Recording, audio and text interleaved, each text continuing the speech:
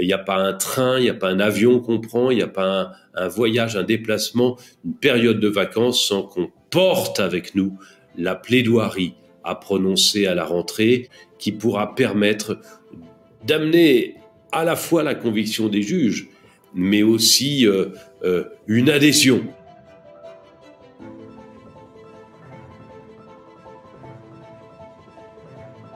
J'étais en fac de droit, mais peut-être déjà en terminale et en première. Plutôt que d'aller au cinéma, j'allais à la cour d'assises. Je m'installais là, dans le public, et j'assistais à ce spectacle extraordinaire que seule la cour d'assises peut donner. J'avais cette impression forte que c'était là où je tenterais de faire quelque chose de ma vie. Ce qui m'intéresse dans le métier de la défense, c'est d'aller chercher la part d'ombre de l'autre.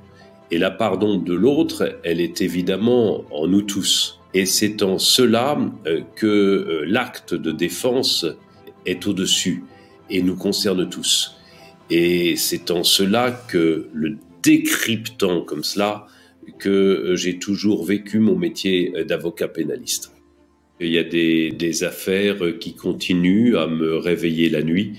Lorsque j'ai participé l'année dernière à l'affaire du Mediator, j'ai beaucoup pensé à ce dossier du sang contaminé qui continue à constituer pour moi une souffrance, une fracture dans ma vie professionnelle qui était une tige de rappel pour m'aider toujours à essayer d'être plus juste dans le positionnement et meilleur dans la défense.